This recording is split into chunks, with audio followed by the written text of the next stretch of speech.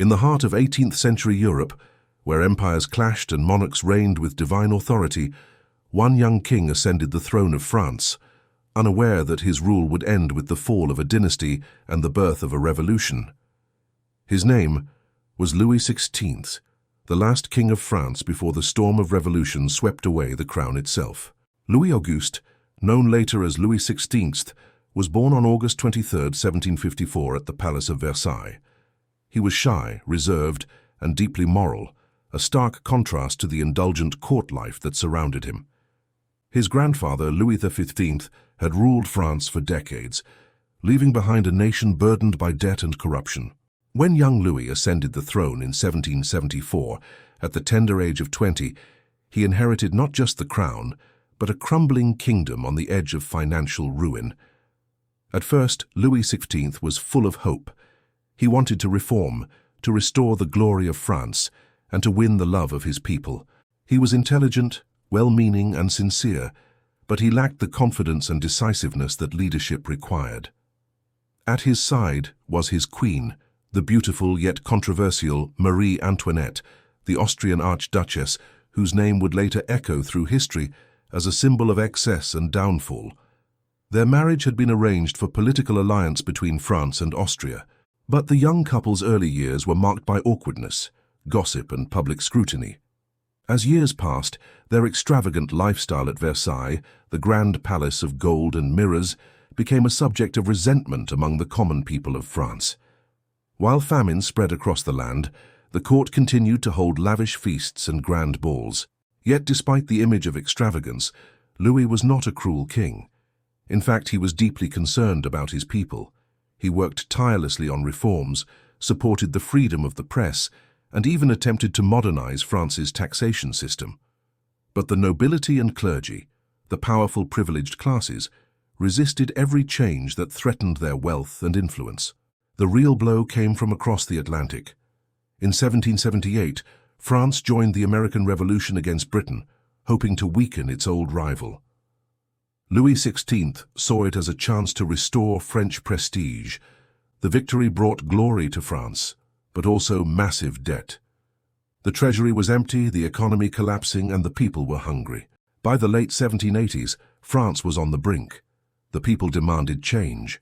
Bread prices soared, crops failed, taxes crushed the poor while the rich lived untouched. In 1789, Louis, desperate to solve the financial crisis, called the Estates General, a meeting of France's three social classes, the clergy, the nobility, and the commoners. It was the first such meeting in 175 years, but instead of solving problems, it unleashed a revolution. The Third Estate, representing the common people, broke away and formed the National Assembly, declaring themselves the true representatives of France. Louis hesitated. He could have embraced reform and saved his throne, but indecision was his greatest enemy. The revolution had begun. On July 14, 1789, the storming of the Bastille shook the kingdom, a symbol of royal tyranny torn apart by the people's fury. France was no longer under the king's control. The streets of Paris burned with the cry of liberty, equality, and fraternity. In Versailles, Louise and Marie Antoinette watched helplessly as the world they knew crumbled.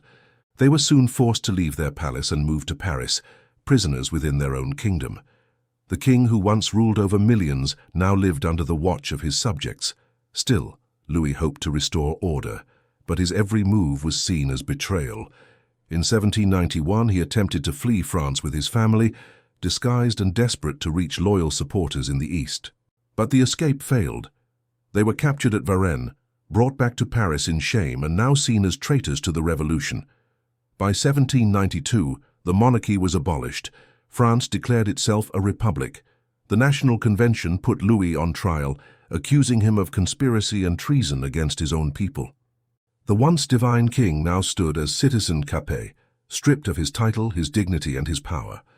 On January 21, 1793, in the cold winter morning, the square of Place de la Révolution was filled with tens of thousands of Parisians. The guillotine stood ready. Louis XVI, calm and composed, stepped onto the scaffold. Looking at the crowd, he declared, "I die innocent of all the crimes laid to my charge.